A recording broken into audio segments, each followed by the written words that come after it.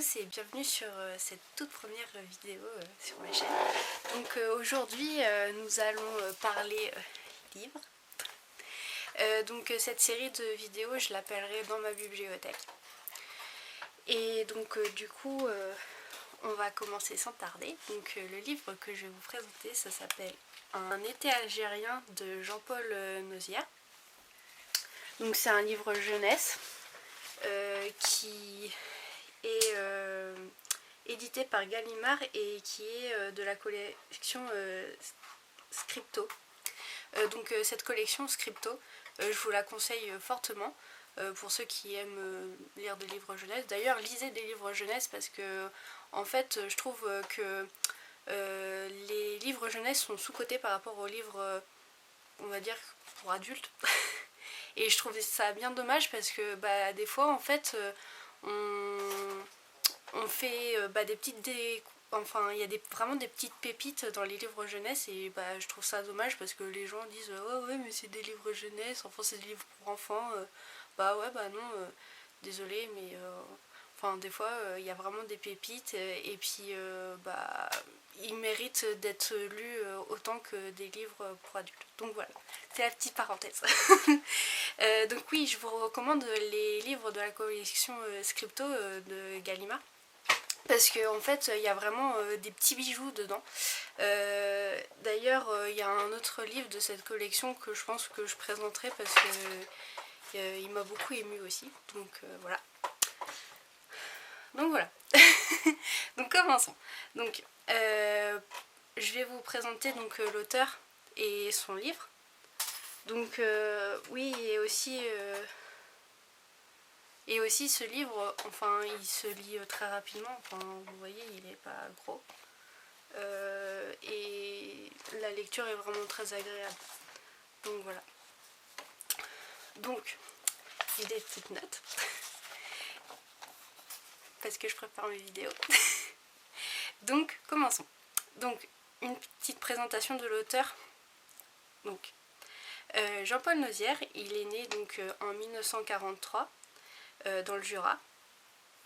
Et donc il a fait des études d'histoire et de géographie. Et il devient bibliothécaire documentaliste. Et donc il écrit des livres pendant cette période. Et donc il a publié plus de 25 romans dans des collections pour la jeunesse. Et donc son roman Un été algérien, il a reçu le prix de la Société des gens de lettres en 1990, donc c'est pas rien. Donc Nozière, qui avait 11 ans pendant la guerre d'Algérie, quand la guerre d'Algérie a éclaté, a toujours été fasciné par l'histoire de ce pays. En 1967, il est parti vivre en Algérie pour 2 ans comme professeur au lycée Sétif. Donc c'est le lycée dans lequel vont Salim et Paul, donc les deux personnages principaux de ce livre. Et donc du coup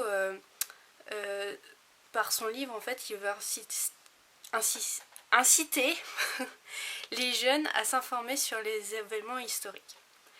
Et donc lorsque Nozière a publié Un été algérien en 1990, il a été confronté à de violentes réactions de la part de certains médiateurs. Parce qu'on lui reproche de s'attaquer à un sujet difficile et douloureux, parce qu'à cette époque en fait il n'y avait pas assez de romans sur la guerre d'Algérie en fait, et puis surtout en jeunesse hein. Et du coup on lui reproche d'aborder la torture et d'insinuer que certains militaires français auraient torturé des Algériens, qui est un sujet tabou. On le voit bien aussi avec la Seconde Guerre mondiale, hein, la France résistante. Hein. Donc voilà. Donc je vais vous lire le synopsis. Donc, cet été-là aurait pu être un été comme les autres. Un été de plus dans la ferme Barine, à quelques kilomètres de Sétif.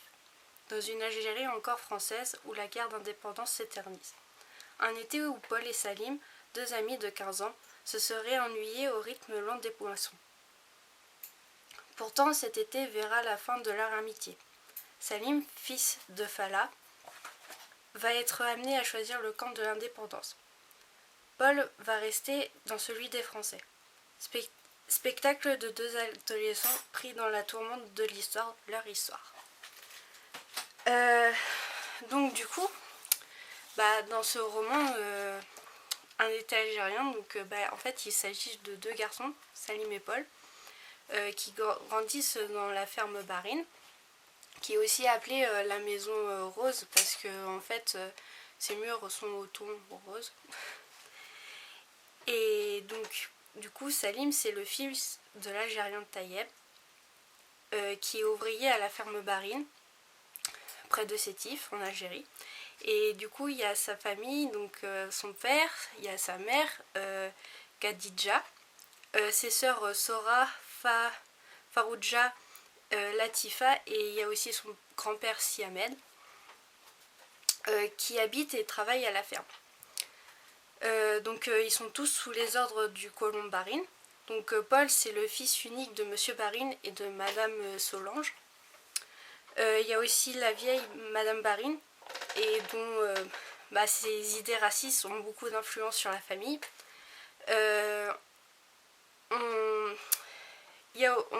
On voit aussi Lagdar, donc c'est le mécanicien de la ferme. Il y a un soldat qui s'appelle Michel, et du coup Michel va avoir une forte influence en fait. Il va donner une grande impression sur Salim en fait. Et il y a Rachid, donc c'est un membre de l'ALN, donc l'ALN c'est l'armée de libération nationale. Et donc du coup, en fait tout au long du livre, on parle des sentences de Jamila, la folle. Donc en fait c'est une voyante tout simplement. Et du coup, en fait on la voit pas beaucoup, mais en fait pourtant c'est vraiment le personnage moteur, parce qu'en fait elle raconte ce qui va se passer en fait. Et donc du coup elle prédit à Salim un effroyable destin. Du coup voilà. Donc du coup je voulais aussi vous faire un petit point historique sur la guerre d'Algérie, parce que c'est bien de se remettre sur les bases. Donc la guerre d'Algérie, c'est un conflit armé qui s'est déroulé de 1954 à 1962 en Algérie, qui était une colonie française depuis 1830. Et donc du coup en fait l'aboutissement de cette guerre, c'est la reconnaissance et l'indépendance du territoire qui a eu lieu le 5 juin 1962. Donc elle oppose des nationalistes algériens. Donc ils sont principalement réunis sous la bannière du Front de Libération Nationale, donc le FLN, ou aussi appelé Armée de Libération Nationale, donc l'ALN, à la France.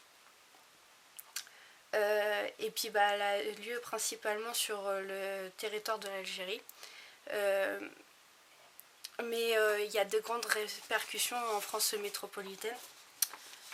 Donc elle entraîne de graves crises politiques en France, avec des conséquences comme le retour de Charles de Gaulle, et donc la fin de la 4ème République, et du coup le début de la 5ème République. Et du coup en fait comme beaucoup de guerres, il y a eu beaucoup de morts, et du coup en fait le conflit il débouche sur l'indépendance de l'Algérie, qui a eu lieu le 3 juillet 1962, et il précipite l'exode des habitants d'origine européenne, donc dit les pieds noirs, où il y a aussi des juifs. Et il y a aussi eu un massacre de soldats algériens en fait, qui combattaient pour la France. Donc voilà. Donc du coup en fait moi je vous présente ce livre parce que je l'ai lu, j'avais 14 ans parce que j'étais en troisième. Et du coup en fait quand je l'ai lu en fait il m'a beaucoup émue, il m'a fait une très forte impression. Et du coup j'avais vraiment envie de partager ce livre parce que je trouve qu'il mérite beaucoup d'être connu et lu. Et donc voilà. Du coup en fait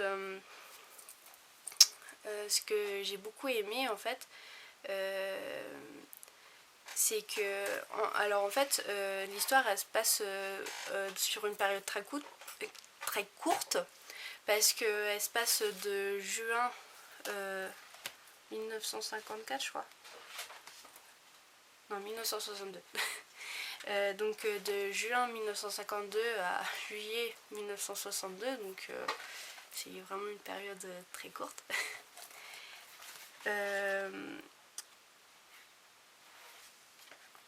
Non, qu'est-ce que je raconte juin 1958, enfin bon, bref. Et du coup, malgré cette période très courte, et en fait, on voit en fait la déchirure d'une amitié en fait, qui déjà à la base était très malsaine. Enfin, je me souviens que la première fois que je l'ai lu, en fait, j'ai été très gênée de la relation que pouvaient avoir Salim et Paul.